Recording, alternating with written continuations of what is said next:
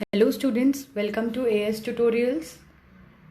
Today we are going to start history.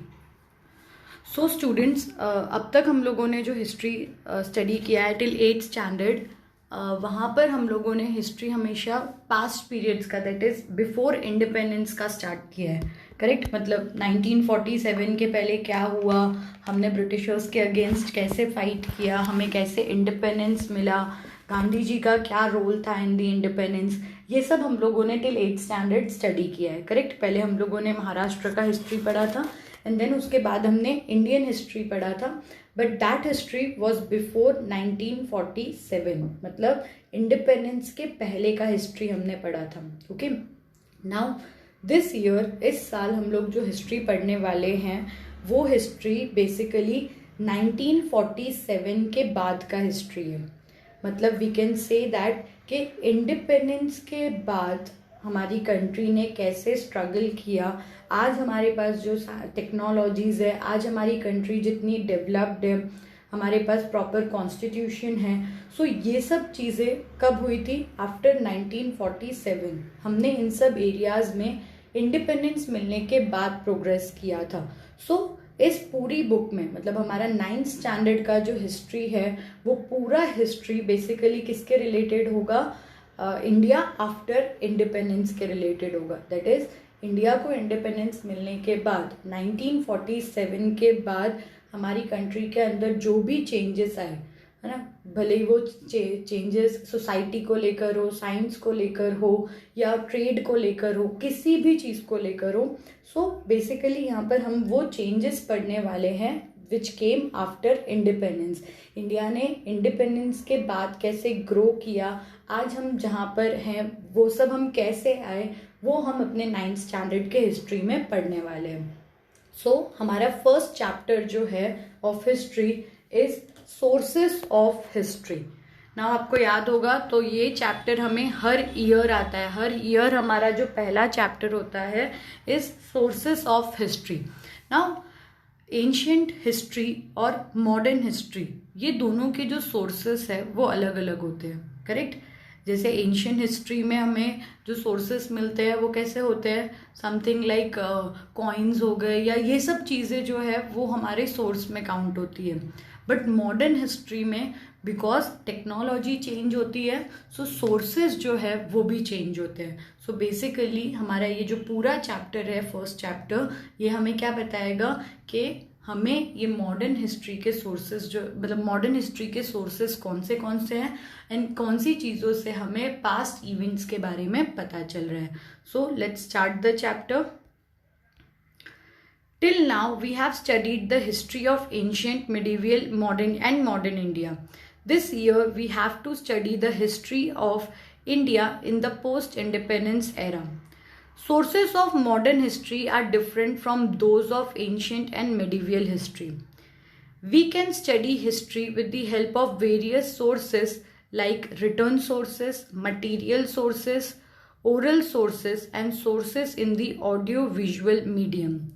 In the modern period, we have to take note of various sources at the regional, state, national, as well as international level. We can write history with the help of these sources. So, क्या बताया हुआ है हमें? That इस chapter में या इस book में हम लोग क्या पढ़ने वाले हैं? We are going to study the history of the post-independence era. मतलब फ्रीडम मिलने के बाद, इंडिपेंडेंस मिलने के बाद क्या क्या चेंजेस हमारी कंट्री के अंदर आए थे, हम वो हिस्ट्री पढ़ने वाले हैं. नाउ क्योंकि एंशिएंट हिस्ट्री के टाइम पे ज़्यादा डेवलपमेंट नहीं हुआ होता है, ज़्यादा सोर्सेस नहीं होते हैं, तो एंशिएंट एंड मेडिवियल हिस्ट्री में हमें एक लिमिटेड चीज़ों से पता लगाना पड़ता है कि सिचुएशंस कैसे होंगे. बट जब हम मॉडर्न हिस्ट्री के बारे में पढ़ते हैं तब हमारे पास ज़्यादा सोर्सेस होते हैं एंड हमें प्रॉपर इंफॉर्मेशन भी मिल जाती है. सो बेसिकली हम लोग इस चैप्टर में जो सोर्सेस पढ़ने वाले हैं वो कौन से सोर्सेस हैं? The written sources, the material sources, oral sources and sources in the audio visual medium. अगर आप देखोगे तो एंशिएंट पीरियड में हमारे पास में ऑडियो विजुअल मीडियम नहीं था. मतलब हमारे पास क्या कह सकते हैं, टीवी या रेडियोज़, ये सब चीज़ें नहीं थी। लेकिन आज के टाइम हमारे पास हिस्ट्री का एक और सोर्स है, that is the television, correct. So यहाँ पर हम पढ़ेंगे about the television and the other sources of history. Let's start with the written sources. अभी यहाँ पे हमें रिटर्न सोर्सेस के बारे में बताया हुआ है। ये जितने भी सोर्सेस आपको टेबल में दिख रहे हैं वो सब कौन से सोर्सेस है? This all are the written sources of history.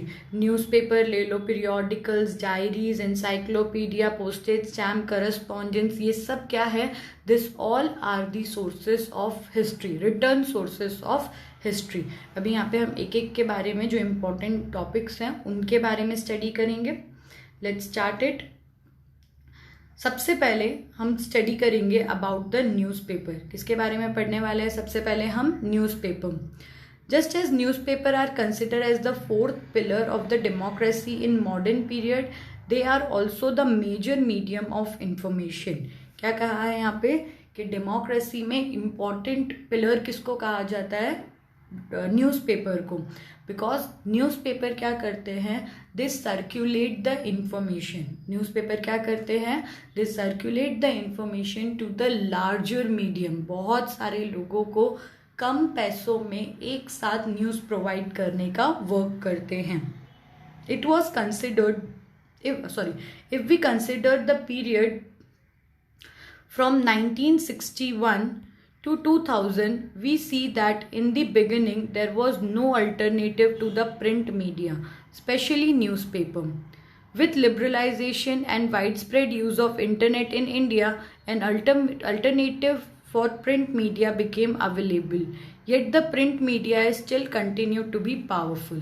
क्या बताया हुआ है यहाँ पे? That beginning में we can say from 1961 to 2000 print media, that is newspaper का कोई भी अल्टरनेटिव नहीं था, करेक्ट। अगर हमें इंफॉर्मेशन चाहिए होती थी तो हमें क्या यूज़ करना पड़ता था? हमें क्या खरीदना पड़ता था? We have to purchase the newspaper, क्योंकि न्यूज़पेपर का कोई भी दूसरा हमारे पास में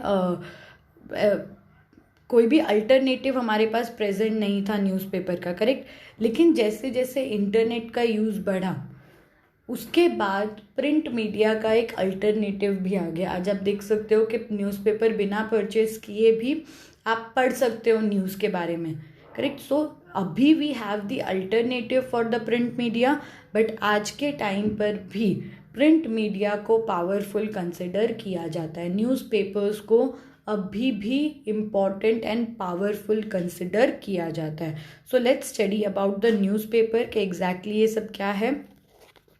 Okay, newspaper. Through newspapers, we get information about national and international affairs, politics, arts, sports, literature, and social and cultural affairs. Newspaper contain matters related to the human life. Most national newspapers have started their regional editions. They publish supplements that give information about various topics. Newsletters of various movements, the dailies and or weeklies of political parties, monthly and annual magazines are important among the print media. So यहाँ पे हमें क्या बताया हुआ है? that newspapers जो है वो हमें बहुत important informations provide करते हैं। इन्फॉर्मेशन कंट्री की होने दो या इंटरनेशनल इन्फॉर्मेशन होने दो, पूरे वर्ल्ड की इन्फॉर्मेशन हमें कहाँ से मिलती है? We get it from the newspaper. Politics के बारे में, आर्ट्स के बारे में, स्पोर्ट्स के बारे में, लिटरेचर के बारे में, सोसाइटी के बारे में, हमारे ट्रेडिशंस के बारे में, इन सब चीज़ों के बारे में हमें इंफॉर्मेशन कहाँ से मिलती है? We get all the information from the newspaper. Nextly क्या बताया हुआ है यहाँ पे कि अब बहुत सारे नेशनल न्यूज़पेपर्स जो है वो क्या करते हैं? अपने रीजनल एडिशंस भी पब्लिश करते हैं। रीजनल एडिशंस मतलब लोकल एरिया के जो न्यूज़पेपर्स हैं जो सिर्फ लोकेलिटी के बारे में हमें बताते हैं, मतलब उनका मेन फोकस कहाँ होता है? लोकेलिटी पे, बट साथ साथ में वो हमें एडिशनल इन्फॉर्मेशंस भी प्रोवाइड करते हैं। फिर क्या दिया हुआ है? That they publish supplements that give information about the various topics. सो क्या दिया है यहाँ पे कि न्यूज़पेपर्स जो है they also publish the supplements मतलब 10 to 12 पेज का बुकलेट भी वो लोग पब्लिश करते हैं रिलेटेड टू कोई भी एक टॉपिक, जैसे करंट टॉपिक जो भी चल रहा है उस टॉपिक के रिलेटेड वो क्या करेंगे, आपको एडिशनल इंफॉर्मेशन प्रोवाइड करने के लिए they also print the supplements.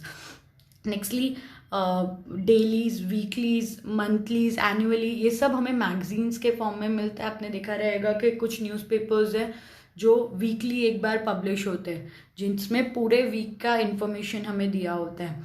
Then कुछ मैगजीन्स होती है जो 6 महीने में या 1 साल में प्रिंट होती है, जो अगेन कोई भी एक टॉपिक, जैसे अगर सपोज पॉलिटिक्स का टॉपिक सेलेक्ट किया, सो 6 मंथ में या 1 ईयर में पॉलिटिक्स के अंदर जो कुछ भी हुआ है उसके बारे में इन मैगजीन्स के अंदर इंफॉर्मेशन रहेगी। सो ये मैगजीन्स, ये न्यूज़पेपर, ये सब किसका पार्ट है? This all are the part of print media. Some newspaper produce special supplements towards the end of the year that take an overview of the important events of the year. Such supplements help to understand the important events in the year. क्या बताया हुआ है यहाँ पे? that there are some newspapers जो क्या करते हैं, ईयर के एंड पर एक बुक पब्लिश कर देते हैं। उस बुक के अंदर उस ईयर में जो कुछ भी हुए, जितने भी इम्पोर्टेंट इवेंट्स हुए हैं, उन सब के बारे में इंफॉर्मेशन होती है। समझ आया क्या बोला मैंने यहाँ पे? दैट कुछ न्यूज़पेपर्स क्या करते हैं, they publish a supplement at the end of the year. Year ख़त्म होने पर वो क्या करेंगे, एक बुक पब्लिश करेंगे, एंड उस बुक के अंदर दे विल राइट एवरीथिंग, मतलब पूरे ईयर में जो भी इम्पोर्टेंट इवेंट्स हुए हैं उन सब के बारे में उस सप्लीमेंट के अंदर, दैट इज उस बुक के अंदर वो लोग लिख देंगे। सो दैट क्या होगा कि पूरा साल आप न्यूज़पेपर तो कलेक्ट नहीं करके रख सकते, करेक्ट? सो अगर एक सप्लीमेंट आपके पास है, अगर एक बुक आपके पास है, दैट मीन्स उस बुक के अंदर पूरे ईयर का डेटा आपके पास में रहेगा। पूरे ईयर में जितने भी इम्पोर्टेंट इवेंट्स हुए हैं उसका डेटा आपको इजीली मिल जाएगा। क्लियर? नेक्स्ट अभी हमें दिया है about the press trust of India, PTI. After 1953, the Press Trust of India have been an important source of primary details of important events and the articles of important subject. Press Trust of India has provided reports, photographs, and articles on financial and scientific issues to newspaper. PTI has now started its online service.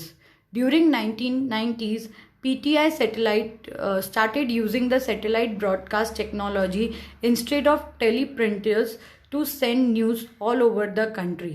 This material is an important for writing the history of the modern India. अभी किसके बारे में बताया हुआ है यहाँ पे? हमें प्रेस ट्रस्ट ऑफ इंडिया के बारे में बताया हुआ है that after 1953 press trust of India जितने भी इम्पॉर्टेंट डिटेल्स होते थे रिलेटेड टू द इवेंट्स, वो सब डिटेल्स हमें प्रोवाइड करता था। रिपोर्ट्स, फोटोग्राफ्स, आर्टिकल्स, जो कुछ भी है वो सब प्रोवाइड की जाती थी। एंड किसी भी टॉपिक के रिलेटेड हो, किसी भी टॉपिक दैट इज साइंस के रिलेटेड हो या फिर फाइनेंस के रिलेटेड हो, तो ये सब इंफॉर्मेशंस न्यूज़पेपर एजेंसीज को प्रोवाइड करने का काम कौन करता था? Press trust of India. Now 1990s के बाद प्रेस ट्रस्ट ऑफ इंडिया ने पहले टेलीप्रिंट के थ्रू वो लोग अपना इंफॉर्मेशन सेंड करते थे, बट अब कैसे सेंड करने लग गए? By using the satellite broadcast, that is जो टेलीविजन एंड ऑल होते हैं उनको यूज़ करके अब वो अपना इंफॉर्मेशन सेंड करने लग गए। एंड ये इंफॉर्मेशन को इम्पॉर्टेंट कंसिडर किया जाता है for writing the history of modern India. Clear? Press trust of India, it is an institute, we can say 1953 के बाद जितने भी इम्पॉर्टेंट डिटेल्स होते थे न्यूज़पेपर्स को कौन सेंड करता था? Press trust of India. Photographs हो, आर्टिकल्स हो, कुछ भी हो, कौन सेंड करता था? Press trust of India.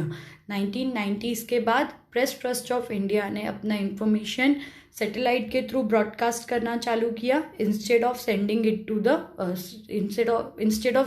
It from the टेलीप्रिंटर्स।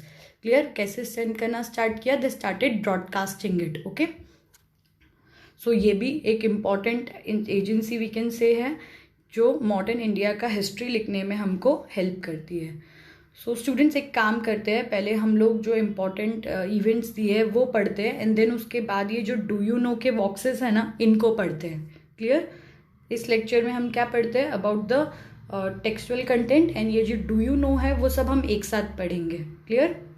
चलो नेक्स्ट आता है about the postage stamps. Postage stamps को भी बहुत इम्पॉर्टेंट कंसिडर किया जाता है in writing the history, because ये स्टैम्प्स जो है वो हमें उस सिचुएशन के बारे में, या जब ये पोस्टेज स्टैम्प्स बने थे उस एरा के बारे में हमें इंफॉर्मेशन देते हैं। The postage stamps don't reveal anything on their own, yet a historian makes them speak. There have been several changes in the postage stamp since India became independent. Postage stamps reveal a lot to us about changing times due to the variety in the size of the stamp, the novelty in their subjects and the color schemes. क्या बताया हुआ है यहाँ पे? Postage stamps क्या होते हैं पता है ना? जो लेटर पे हम लोग ऊपर जो स्टैम्प लगाते हैं, जो व्हाट वी कैन से इन हिंदी, उसको कुछ स्क्वायर होता है, पिंक एंड ग्रीन कलर के ऐसे स्टैम्प्स होते हैं। यहाँ पे हमें शायद दिया भी होगा समथिंग कुछ ऐसा, देखो यहाँ पे ये फोटो दी हुई है ना, कुछ ऐसा ये पोस्टेज स्टैम्प होता है। ठीक है, सो यहाँ पर क्या बताया हुआ है दैट पोस्टेज स्टैम्प, ये देखकर, ये वाला जो पोस्टेज स्टैम्प है इसको देखकर हम लोग ज़्यादा कुछ नहीं बता सकते, बट हिस्टोरियंस इसके बारे में इंफॉर्मेशन दे सकते हैं। ये पोस्टेज स्टैम्प देखकर हिस्टोरियंस जो है वो इन्फॉर्मेशन दे सकते हैं। जैसे फॉर एग्जांपल आप ये पर्सन की फ़ोटो देख रहे हो, अगर इसकी फ़ोटो पोस्टेज स्टैम्प पर है मतलब ये उस टाइम का इम्पॉर्टेंट पर्सन रहा होगा। करेक्ट? फिर यहाँ पे देखो डिफरेंट ये शेप्स हमको दिख रहे हैं, तो ये शेप्स भी हमें कुछ ना कुछ एडिशनल इन्फॉर्मेशन बताएंगे अबाउट दैट टाइम। जैसे अगर अभी पोस्टेज स्टैम्प पर हम गांधी जी की फ़ोटो देखते हैं तो क्लियरली क्या समझ में आता है हमें दैट गांधी जी एक इम्पॉर्टेंट पर्सन है, तभी उनका फ़ोटो उस स्टैम्प पर है। अगर वो इम्पॉर्टेंट नहीं होते तो उनका फ़ोटो स्टैम्प पर नहीं होता। देन उसके बाद ईयर्स लिखे हुए होते हैं उस पर, देन अदर सिम्बॉल्स दिए हुए होते हैं। जैसे चरखा अगर दिया है ना, गांधी जी का वो स्पिनिंग व्हील याद है, चरखा जिसपे थ्रेड वीव करते थे वो, तो अगर वो चरखा दिया हुआ है तो वो हमें बताएगा दैट जिस टाइम पर ये पोस्टेज स्टैम्प यूज़ हो रहे थे उस टाइम पर गांधी जी इम्पॉर्टेंट थे, उस टाइम पर चरखा इम्पॉर्टेंट था। समझ आ रहा है? सो पोस्टेज स्टैम्प्स जो है वो खुद कुछ नहीं बताते, लेकिन हिस्टोरियंस उन स्टैम्प्स को देखकर बहुत सी इंफॉर्मेशन निकाल लेते हैं। उस पर फ़ोटो किसकी है, उसके साथ और कौन सी चीज़ें यूज़ हुई है ना, और कौन से सिम्बॉल्स है वहाँ पर, देन किस ईयर में वो बना है, देन उसके बाद कलर्स कौन से यूज़ हुए हैं, देन उसके बाद उसका पेपर की क्वालिटी क्या है। इन सब चीज़ों से हिस्ट्री की बहुत सारी इंफॉर्मेशंस जो है वो हमें मिल जाती है। So we can say that postage stamps जो है they are also a very important source in history. The postal department issue postage stamps on a wide variety of themes like political leaders, flowers, animals, birds, an event or the silver, golden, diamond jubilees or centenaries, bicentenaries, tricentenaries of different event. It is therefore a valuable repository of history. So क्या बताया हुआ है यहाँ पे that postage stamps जो है, मतलब postal department जो है वो डिफरेंट इश्यूज़ पर पोस्टेज स्टैम्प्स बनाता है, डिफरेंट थीम्स पर इशू करता है। सो थीम्स कुछ भी हो सकते हैं, themes like political leaders theme हो सकते हैं, नेशनल फ्लावर थीम हो सकता है, या फिर सपोज़ किसी एनिमल को हमें बचाना है तो उस इशू पर भी या उस थीम पर भी वो लोग अपना पोस्टेज स्टैम्प बना सकते हैं। या फिर सपोज़ किसी इवेंट को 25 साल हो गए, 50 साल हो गए, 100 साल हो गए, तो उसको सेलिब्रेट करने के उसमें भी हम पोस्टेज स्टैम्प्स बनाते हैं। गेटिंग? कुछ इवेंट्स है जिसको 100 ईयर्स, 200 ईयर्स, 300 ईयर्स हो गए, तो उन सब बेसिस पर, उन सब इवेंट्स पर, उन सब थीम्स पर पोस्टेज स्टैम्प्स बनाए जाते हैं। सो इन स्टैम्प्स को देखकर भी हमें हिस्ट्री के बारे में काफ़ी इंफॉर्मेशन मिल जाती है। समझ आया क्या बोला है यहाँ पे? दैट पोस्टेज स्टैम्प्स एक important source of return history है। उनको ऐसे ही आप देखोगे तो उस पर कुछ लिखा हुआ नहीं होता है कि आपको डायरेक्टली इन्फॉर्मेशन मिल जाएगी, आपको उसको स्टडी करना पड़ता है। वहाँ पर जो भी थीम है या जिसकी भी फोटो है या जो भी पेपर का क्वालिटी है, कलर का क्वालिटी है, उस क्वालिटी के थ्रू, उस थीम के थ्रू आपको डिसाइड देखना पड़ता है, स्टडी करना पड़ता है दैट ये पोस्टेज स्टैम्प कब बना होगा, उस टाइम के पॉलिटिकल सिचुएशंस क्या होंगे। अगर आप वो प्रॉपरली स्टडी करते हो तो आपको इन्फॉर्मेशन भी मिलेगी। जैसे फॉर एग्जांपल देखो, कॉइन्स हम देखते हैं, है ना, गोल्ड कॉइन्स पहले यूज़ होते थे। सो कॉइन्स पर यूजुअली क्या होता था, जो किंग होता था वो अपनी खुद की जो इमेज है समथिंग, अपना खुद का पोर्ट्रे बनवाता था, है ना, मतलब अपनी खुद की पिक्चर वो बनवाता था और वहाँ पे ईयर्स भी लिखे होते थे। सो वो कॉइन को देखकर हमें क्या पता चलेगा दैट इस एरिया का किंग इतने टाइम से इतने टाइम तक ये पर्सन था, करेक्ट। वो कॉइन को देखकर इतनी इन्फॉर्मेशन हमको मिल जाती है। सिमिलर वे में पोस्टेज स्टैम्प्स को देखकर भी हमें इन्फॉर्मेशन मिलती है दैट ये कब बना होगा, उस टाइम इम्पॉर्टेंट कौन था, क्या इवेंट चल रहा था, ये सब चीज़ें हमें पोस्टेज स्टैम्प के थ्रू पता चल जाती है। सो हिस्टोरियंस इन्हीं वे से हिस्ट्री ढूंढते हैं। गेटिंग, अभी आज के टाइम पे हिस्ट्री ढूंढना, मतलब आज से 100 साल बाद अगर हमारी हिस्ट्री ढूंढनी है तो ईजी होगा, क्योंकि टेक्नोलॉजी है, कंप्यूटर्स है, सब कुछ स्टोर होता जा रहा है, सब कुछ ऑनलाइन पब्लिश होता है, तो सब स्टोर होता जा रहा है, तो ईजी होगा ढूंढना। लेकिन पुराने टाइम पर जब इंटरनेट नहीं था तो ये सब तरीके थे, है ना, न्यूज़पेपर, पोस्टेज स्टैम्प्स, कॉइन्स, ये सब सोर्सेस थे जिससे हम क्या करते थे, हिस्ट्री एक्वायर करते थे, पता करते थे कि क्या क्या इवेंट्स पास्ट में हुए होंगे। अब हमारा नेक्स्ट टॉपिक हम स्टार्ट करते हैं अबाउट द मटीरियल सोर्सेस। अब तक हमने कितने सोर्सेस पढ़े, रिटर्न सोर्सेस पढ़ा। रिटर्न सोर्स में पहला कौन सा था हमारा, न्यूज़पेपर, और दूसरा कौन सा था हमारा, पोस्टेज स्टैम्प। अब नेक्स्ट आता है हमारा material sources. The following sources are included among the physical sources. Okay, confuse मत होना, अगर फिजिकल सोर्सेस लिखा है तो उसका मतलब भी क्या होगा, मटीरियल सोर्सेस ही होगा, दोनों सिमिलर है। सो देखते हैं यहाँ पे क्या क्या दिया हुआ है मटीरियल सोर्सेस में। Coins, places of worship, things in daily use, royal seals, modern architecture, clothing, museums, ornaments, ये सब क्या है हमारा मटीरियल सोर्स ऑफ हिस्ट्री है। ये सब क्या है हमारा मटीरियल सोर्स ऑफ हिस्ट्री है। इन चीज़ों को देखकर we can find out things about the history, past के बारे में हम इन सब चीज़ों के थ्रू चीज़ें आइडेंटिफाई कर सकते हैं कि पास्ट के इवेंट्स कैसे हुए होंगे। लेट्स सी इसमें कौन से दिए हुए हैं। ओके, सबसे पहला आता है अबाउट द कॉइन्स।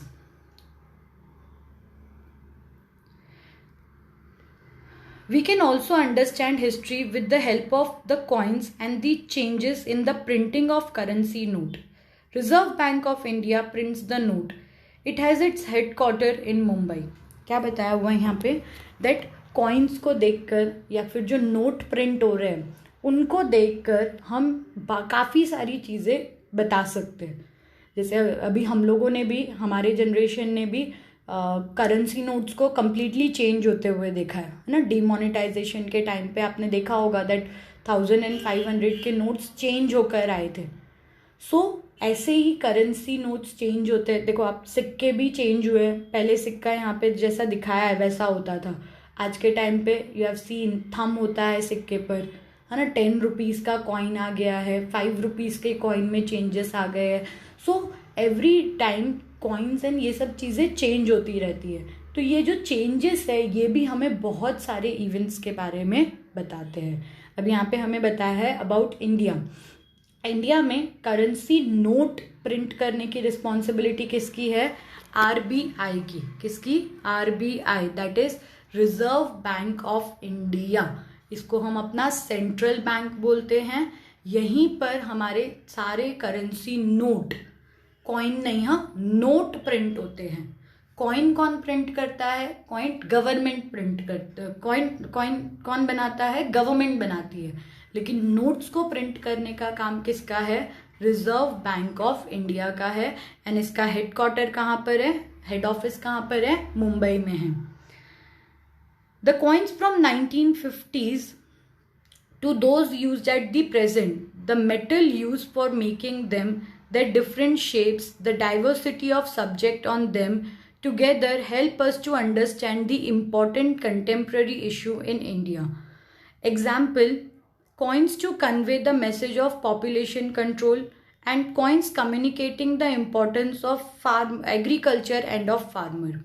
क्या बताया हुआ है यहाँ पे दैट 1950 से लेके अब तक अगर आप कॉइन के चेंजेस देखोगे तो काफ़ी चेंज हुआ है ना, कॉइन्स में भी एंड नोट्स में भी बहुत सारे चेंजेस आए हैं. कुछ नए डिनोमिनेशन के मनी आ गए. पहले हमारे पास 2000 रुपीज़ का नोट नहीं होता था, अभी है हमारे पास. पहले 10 का कॉइन नहीं था हमारे पास, आज है. 200 रुपीज़ का हमारे पास में पहले नोट नहीं था, बट एट प्रेजेंट हमारे पास वो नोट है. देन उसके बाद अगर आप कॉइन्स की बात करो तो कॉइन्स पहले ये आता था, करेक्ट. ये क्या बताता है about the importance of agriculture. किसके बारे में बताता है? एग्रीकल्चर क्यों ज़रूरी है उसके बारे में. बीच में एक कॉइन आता था 1 या 2 रुपीज़ का, उसमें बहुत सारे लोग बने हुए होते थे, है ना, बहुत सारे लोग होते थे. वो क्या शो करता था? वो शो करता था अबाउट द पॉपुलेशन, कि पॉपुलेशन कंटिन्यूसली बढ़ रहा है, उस इश्यू को रिप्रेजेंट करता था. दैट इज़ जो कॉइन्स है, ये सब चीज़ें भी हमें हिस्टोरिकल इवेंट्स के बारे में बहुत सारी इंफॉर्मेशन प्रोवाइड करती है. समझ आया क्या बोला? That coins also give a lot of information about history. ठीक है, समझे. अभी हम लोगों ने खुद ने भी देखे हुए 1950 से तो नहीं, बट अभी रिसेंट ईयर्स में ही लास्ट 5-6 ईयर्स में भी कॉइन्स एंड नोट्स में बहुत सारे चेंजेस आए हैं and we have seen those changes, correct. हमने 1 रुपये के सिक्का, 2 रुपये का सिक्का, उसमें जो चेंजेस हुए हैं उन सब के बारे में देखा है. पहले सिक्का यहाँ पर जो इमेज दी है उसके जैसा आता था, बट अभी सिक्का चेंज हो गया. 1 रुपये पर थंब रहता है, 2 रुपये पर 2 उंगलियाँ रहती है, करेक्ट. तो धीरे धीरे करके चेंजेस होते जा रहे हैं. आप अगर करेंसी नोट भी देखोगे तो पुराना जो 500 का नोट था उसका साइज़ भी बड़ा था, उसका जो क्वालिटी ऑफ पेपर था वो भी अलग था. आज का जो 500 रुपीज़ है आप उसको देखोगे तो उसका साइज़ छोटा है, प्लस उसका जो क्वालिटी ऑफ पेपर है वो भी अलग है. तो ये सब टेक्नोलॉजी के बारे में भी हमें बताता है, हमें कुछ इवेंट्स के बारे में भी बताता है. So coins are also consider as the important source of history. ठीक है, हिस्टोरियंस इन सब चीज़ों को देखकर भी बहुत सी इंफॉर्मेशन के बारे में हमें बता सकते हैं. ओके, नेक्स्ट आता है अबाउट द म्यूजियम्स. म्यूजियम्स भी क्या है? They are also the material source of history. All states of India have museums that depict the characteristics and display the culture and social heritage of the state. They enable us to understand history. Example, Chhatrapati Shivaji Maharaj Museum at Mumbai, Reserve Bank Museum in Pune city. Apart from government museums, some private collectors also set up their own museum. They are based on distinctive subject. Example, coin, notes, lamps, nutcrackers in different shapes, cricket equipments, etc. Next अभी हमें किसके बारे में बताया है? Museum. सो museum सुन के ही हम directly history से कनेक्ट हो जाते हैं, है ना, कि अगर म्यूजियम में जा रहे हैं दैट मीन्स हम क्या देखने वाले हैं वहाँ पे? We are going to see the things जो पास्ट में हुआ करती थी. सो एवरी स्टेट के अंदर डिफरेंट म्यूजियम्स होते हैं जो उस स्टेट के कल्चर के बारे में बताते हैं, या वी कैन से दैट उस स्टेट में जो इवेंट्स अकर हुए हैं उनके बारे में हमें बताते हैं. जैसे यहाँ पे हमें एक एग्जाम्पल दिया about the Chhatrapati Shivaji Maharaj museum. तो वहाँ पर किसके बारे में बताया होगा? About the Maratha things, correct. उनके बारे में, उनकी लाइफ स्टोरी के बारे में, कैसे ही बिकेम द वॉरियर और उन्होंने कैसे फाइट किया, उन सब चीज़ों के बारे में हमें बताया होगा. मतलब हमें वो म्यूजियम में जाकर महाराष्ट्र के जो इवेंट्स हुए हैं उसकी इंफॉर्मेशन मिलेगी. गेटिंग? देन उसके बाद क्या बताया हुआ है?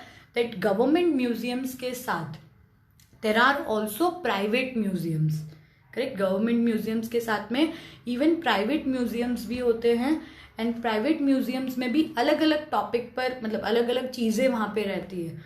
कॉइन्स रहते हैं, नोट, करेंसी नोट आपने देखा रहेगा कि बहुत सारे प्लेसेस पर स्टार्ट टू एंड जितना उनको करेंसी नोट्स मिल पाया है वो सब कलेक्ट करके उनको डिस्प्ले किया जाता है। डिफरेंट स्टाइल ऑफ लैम्प्स, पुराने टाइम पे कैसी लैम्प यूज़ होती थी वो बताया जाता है। अलग अलग शेप के नट क्रैकर्स वहाँ पर होते हैं, क्रिकेट इक्विपमेंट्स होते हैं, मतलब डिफरेंट डिफरेंट टॉपिक्स पर, डिफरेंट डिफरेंट सब्जेक्ट्स पर ये म्यूजियम सेट होते हैं। एंड वहाँ पर इनके जितनी भी चीज़ें इनको मिल पाती है पास से, जो भी कलेक्ट किया होता है, वो सब चीज़ें वो लोग म्यूजियम में डिस्प्ले करते हैं। So by looking at that also हमें हिस्ट्री के बारे में काफ़ी सारी चीज़ें पता चलती है। क्लियर? सो नेक्स्ट लेक्चर में हम लोग oral sources and audio visual sources के बारे में स्टडी करेंगे। Thank you students.